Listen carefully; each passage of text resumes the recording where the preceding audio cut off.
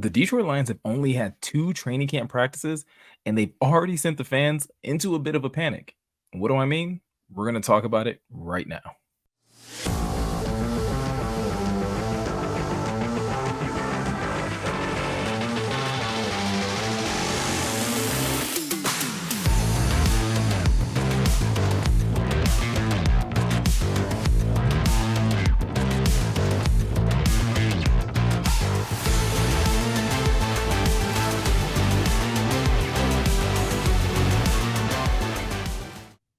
What's going on, Lion fans? Welcome into the Pride of Detroit training camp observation. Today, we're going to be breaking down day 2 of Lions training camp and some of the biggest observations and storylines and just tidbits that came out of the day that I basically want to focus on. And we wouldn't be doing an observation if we didn't talk about the elephant in the room, which is the biggest news to come out of day 2 of training camp, and that being the injury scares to Chauncey Gardner-Johnson, the defensive back that the Lions recently signed this offseason. Now, as we've all heard, the nature of the injury was something that had a lot of people up in a panic. And it's not the type of stuff that you want to start hearing when you're only 2 days into training camp. But essentially, the reports that have come out of Allen Park, and as people are starting to talk about it a little bit more, is that basically Chauncey Gardner Johnson was in 11 on 11 drills and he was taking part in a run defense drill where he was basically being somewhat blocked by an opposing player. Apparently, things kind of got a little tangled up, and he went to the ground and it was essentially grabbing at his knee.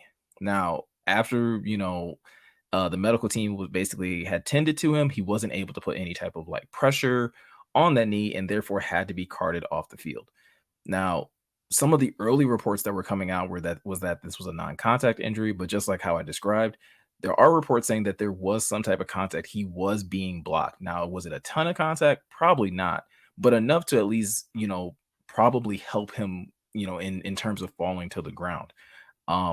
With that said, we've since then gotten updates on the severity of the injury to Chauncey Gardner-Johnson. While we still don't know the exact injury itself, we have gotten positive news that it's not something that will likely threaten his entire season.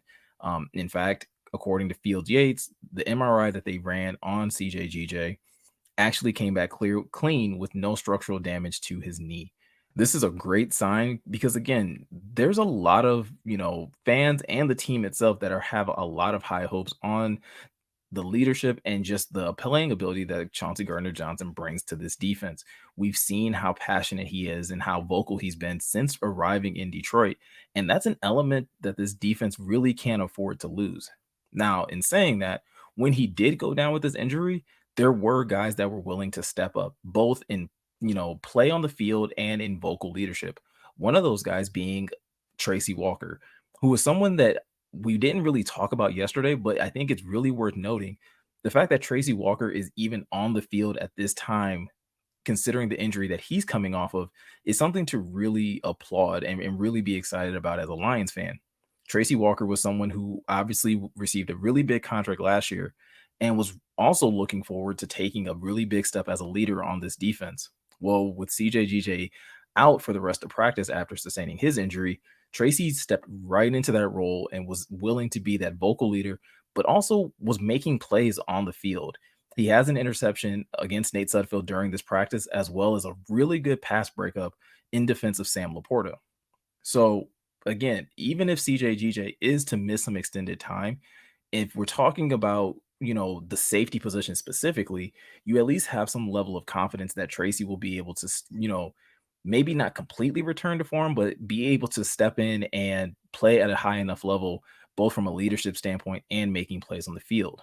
Now, when we're talking about the nickel position, fans are already talking about if CJGJ is to make, miss any time, this is probably going to lead to Brian Branch playing way more snaps, which honestly, while I would love to see CJGJ out there, I can't lie. The ability to see Brian Branch play and get meaningful snaps on this defense absolutely has me excited. This isn't the way I would like it to happen, but it would be a great opportunity for Brian Branch to be able to showcase the skill set that got him drafted.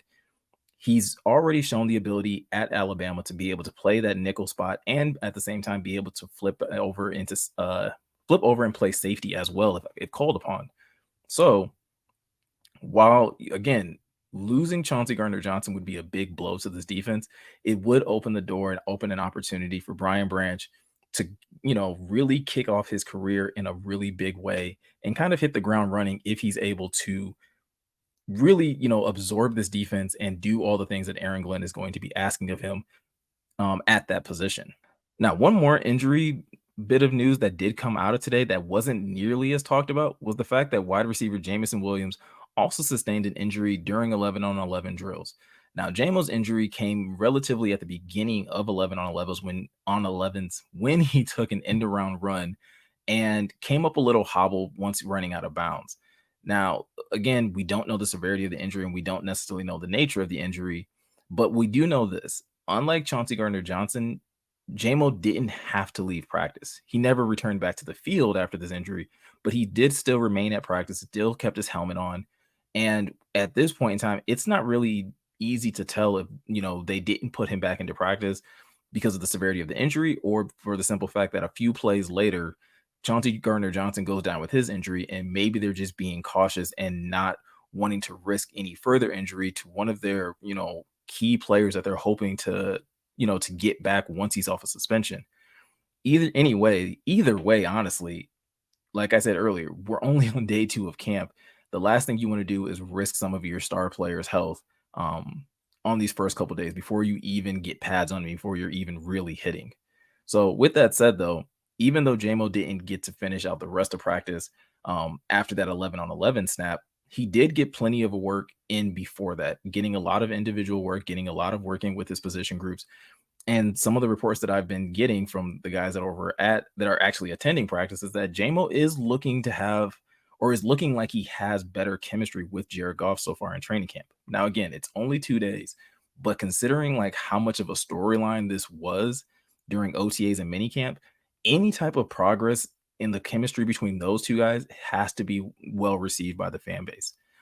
If Jamo can again stay healthy or recover from whatever little injury that he had today, serve a suspension and come back with the right mindset and being able to pick up where him and Jared Goff left off, that is nothing but good things for this offense because whether you like it or not, they're going to need Jamison Williams at some point this season. Now, speaking of Jared Goff, he is someone who has been starting these first 2 days of training camp on absolute fire. He's showing command of the offense, which isn't a huge surprise, but going into, off season, there was talk and even me thinking this as well, that there could be some regression by this offense and under Ben Johnson, not simply because these players aren't that good, but just again, it's really hard to maintain a top 5, top 3 level offense. But that doesn't seem to be the case these first couple days of training camp with Jared Goff. He's having no trouble working his way through his progressions, finding the receivers that he wants to link up with. And again, this is a really good sign. It's not the end all be all because, again, they're not in pads just yet. They won't be in pads until next week. But simply being on, having that chemistry, being able to link up with guys, whether that's Amon-Ra St. Brown, Josh Reynolds, Denzel Mims, was starting to get in on some of the team drills as well today and showing that he was able, that he's worth the investment. Even having a really spectacular one-handed catch. These are all things that really bode well for the Lions offense. And if Jared Goff is already, getting close to in-season form, being able to have that type of chemistry and have those connections with his receivers, again, it only is going to lead to more excitement and more hype, unfortunately for Dan Campbell, for this offense and for this Lions team. Another bit of news on the offensive side of the football, and we didn't go into this a ton during, day 1's observation, is the battle that the Lions are currently having at the right guard position. Currently, Vaitai and Graham Glasgow are, splitting reps at right guard with the first team. Yesterday, Graham got all of the first team reps, and today it was Vaitai's turn to get those first team reps. Now, this is a battle that I really expect the Lions to probably, go back and forth between throughout the entirety of camp if both guys are healthy. And I think at face value, both guys have a very strong claim of why they should start. When Vaitai's been healthy, he's been one of the better guards, and he's really provided a level of toughness, especially in the run game, for the Lions. On the flip side, Bringing in Graham Glasgow was clearly an upgrade over Evan Brown, and it's someone that you really feel confident in his ability to play next to, some of his former teammates and to be able to find a groove and find a rhythm to be an effective run and pass blocker for the Lions. At the end of the day, this is a good problem for the Lions to have, and it's an enticing camp battle that I think all fans should be really tuned into as we continue to progress throughout training camp. Another positive note to come out of training camp today is the continued success of running back Jahmyr Gibbs and Sam LaPorta. These two rookies are clearly showing signs that they have starter capability, and the Lions don't seem to be holding them back by any stretch of the imagination. Now, again, both guys will likely split, reps with the veterans that are ahead of them being, David Montgomery and Brock Wright. But again, the Lions have talked these two players up since drafting them. And going into training camp, they're not shying away from that. These guys are making plays and they're showing the same level of ability that they were showing during OTAs and minicamp. And again, we still kind of have to dial things back a bit because, again, they're not in pads and they're not hitting.